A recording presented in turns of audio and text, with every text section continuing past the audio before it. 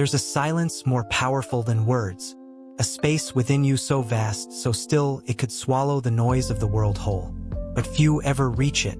In a world obsessed with stimulation, where our minds are pulled in 1,000 directions at once, clarity has become a forgotten art. Most people don't think. They react. They don't listen. They scroll. And in that endless cycle of distraction, something sacred is lost. The ability to truly clear the mind. But what if I told you that mental clarity isn't something you achieve by force? It's something you remember, like an ancient temple buried beneath layers of noise, confusion, and false identity, waiting to be uncovered. From the silent halls of Eastern monasteries to the cryptic teachings of Hermetic scrolls, the art of clearing the mind has been revered as the gateway to higher realms, true perception, and spiritual awakening. In this video, we're not just going to talk about mindfulness. We're going to unearth the forgotten pathways once walked by mystics, sages, and seers. We'll explore why the mind becomes chaotic, what ancient traditions knew about silence, and how to unlock a level of awareness that modern life has trained you to forget. So breathe, slow down, because the answers aren't out there in the noise. They've been waiting in the stillness all along. Long before the rise of modern psychology, before brain scans, diagnoses, and digital detoxes, there were whispers of something far older, a knowledge passed in silence, a discipline that wasn't taught, but transmitted through presence, through stillness, through the spaces between words. In the temples of ancient Egypt, initiates in the mystery schools were taught to still the mind not as a self-help technique, but as a sacred preparation. Only those who could empty themselves were considered ready to receive divine truth. They believed that a cluttered mind was like a fogged mirror. It distorts the divine reflection. Only through stillness could the initiate become a vessel for higher knowledge. In Vedic India, the ancient rishis spoke of chit vritti nirodha, the cessation of the mind's whirlpools. This wasn't mere relaxation. It was an act of spiritual rebellion. To silence the internal chatter was to break free from Maya, the illusion that masks our true nature. The Taoists, too, revered the concept of wu-wei, effortless action. But to act without force, one had to first empty the mind of agenda, ego, and expectation. In their view, the mind that grasped at control created disharmony. The empty mind flowed with the Tao. Even in the hidden writings of early Christian mystics, we find echoes of this forgotten wisdom. The Desert Fathers, exiled in the barren sands of Egypt, didn't seek God in grand churches, but in the silence of their own thoughts. Through solitude and simplicity, they pierced through the veil of worldly distraction to glimpse something eternal. Yet somewhere along the way, this sacred practice was lost or worse, misunderstood. In today's world, clearing the mind has been reduced to a productivity hack, a lifestyle tip, or an app notification. But the ancients knew better. They knew that the mind, when emptied, becomes a portal, not just to peace, but to truth. In the esoteric traditions, the mind is not the source of consciousness. It is the veil that obscures it. And clearing that veil is not passive. It is an initiation, a rite of passage. And so, the question isn't merely how do you clear your mind, but rather what might awaken in you once you do. To clear the mind is not to erase thought. It is to change your relationship to thought. Imagine your mind as a vast sky. Thoughts are not the sky itself, they are the passing clouds. But most people forget this. They mistake the clouds for the sky. They identify with every storm, every flicker, every breeze of emotion. And so they suffer. The first secret is this: your thoughts are not you. They are patterns, echoes. Some are fragments of childhood. Others are the whispers of culture, fear, and repetition. You did not choose them. You inherited them, and yet you defend them like sacred truths. When the ancients spoke of clearing the mind, they weren't talking about suppressing thought, nor numbing the senses. They were pointing to a shift in awareness, a practice of stepping back, observing without clinging. This is not about silence through force. It is silence through presence. In many Eastern traditions, this is known as the witness state, the part of you that watches, not judges, the still observer that notices the dance of thoughts, but does not join it. In this witnessing, something miraculous begins to happen.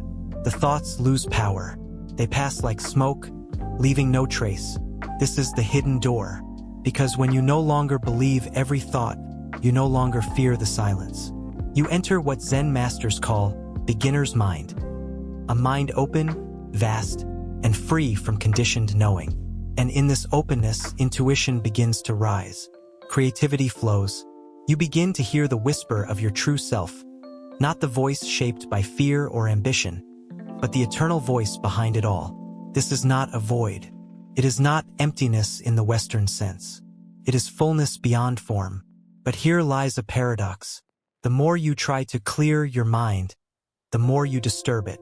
Like muddy water, it settles only when left undisturbed. This is why ancient teachers spoke in paradoxes, in koans, in riddles.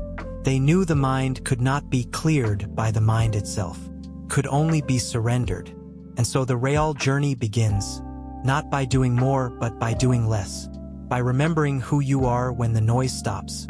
Now, here's a truth most won't tell you. The mind doesn't want to be cleared. Why? Because the mind, especially the egoic mind, thrives on identification. It feeds on thoughts like a flame feeds on oxygen. If the stream of thoughts slows, the ego panics, because in that stillness, it begins to dissolve. And so, it creates distractions, urgent thoughts, loops of regret and anticipation. It whispers, "This is boring," or "You're not doing it right." But these aren't your voice. They're the defense mechanisms of illusion. This is where many seekers turn back. They believe they've failed, when in truth, they've reached the threshold. You see, clearing the mind is not about comfort. It is about courage. To sit in silence is to confront the storm, the suppressed pain, the buried fears, the identity you built from broken moments. That's why ancient initiates underwent purification rituals, isolation chambers, and dark retreats. They weren't escaping the world, they were shedding its illusions. The Hermetic texts speak of mental transmutation, the art of shifting thoughts from base to noble, like turning lead into gold. This wasn't metaphor. It was the practice of recognizing your power as a creator of thought, not its victim. From a mystical lens, your mind is not a cage. It is a lens, but most are looking through it backwards. Clearing the mind doesn't erase the lens, it cleans it. So what you see is not filtered by trauma, story, or fear, but by clarity. Even modern quantum theory begins to echo this ancient truth, that the observer influences the observed, that consciousness shapes reality. And if your mind is full of noise, you project that chaos into the world around you. This is why the sages said, "As within, so without. As above, so below." To clear the mind is not just an act of inner peace. It is an act of cosmic alignment. Yet beware of another myth, that a clear mind means no thoughts, ever. That's a trap. Even the most enlightened beings had thoughts, but they flowed through them like wind through trees, leaving no grasp, no resistance. The goal is not emptiness for its own sake. The goal is stillness that listens, an inner silence so attuned that when wisdom speaks, it echoes like thunder through a canyon. And perhaps that's what we fear most, not the silence itself, but what might arise when we finally hear it. So how do you actually begin to clear your mind in a world that never stops speaking? The first step is not to fight the noise, but to create space for silence. Let's return to the metaphor of muddy water. If you keep stirring, the mud clouds everything. But if you let it sit, stillness brings clarity. This is the art of non-doing. Start here, sit, breathe, do nothing, not as a task to accomplish, but as an offering. Give yourself 5 minutes a day where you are not consuming, not reacting, not solving, just being. Your thoughts will resist. Let them. Watch them rise and fall like waves, but don't ride them. Become the ocean beneath. Ancient practices offer powerful tools to support this. From the East, there is pranayama, the science of breath. Try this. Inhale for 4 counts, hold for 4, exhale for 4, and hold again for 4. This is called box breathing, and it calms the nervous system, making the mind more receptive to stillness. From the Tibetan tradition, explore Tritaka, a simple yet profound practice. Light a candle in a dark room. Sit in silence and gaze at the flame. Do nothing but observe it. As your vision softens, so does the mind. From Hermetic wisdom comes the practice of mental alchemy. When a thought arises, don't suppress it. Transmute it. Ask, is this thought true? Is it useful? Who would I be without it? In this questioning, illusion begins to unravel. Create rituals of simplicity. Turn off your phone an hour before bed. Eat one meal a week in complete silence. Walk in nature with no destination, no headphones, just the sound of leaves and breath. And perhaps most powerfully, write down your thoughts before meditation. Pour the chaos onto paper. This is what the mystics called externalization, removing the storm from the temple of the mind. You can even craft your own inner sanctuary. Visualize a sacred space in your imagination. An ancient temple, a mountain cave, a quiet forest. Return there each day, even if just for a moment.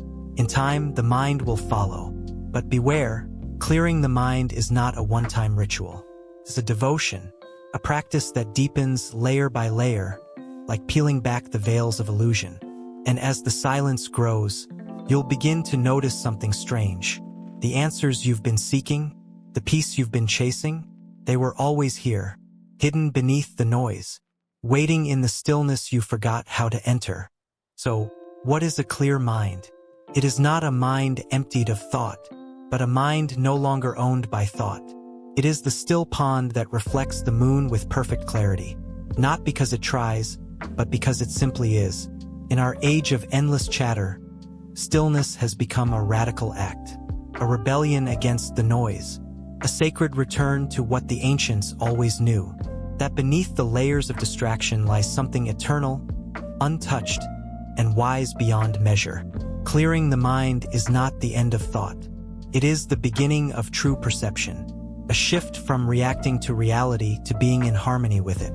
Because when the mind becomes quiet, a deeper voice emerges. Not the voice of ego or fear or conditioning, but the voice of truth, the voice of your higher self, the divine whisper that has been speaking all along, but was drowned out by the static of the world.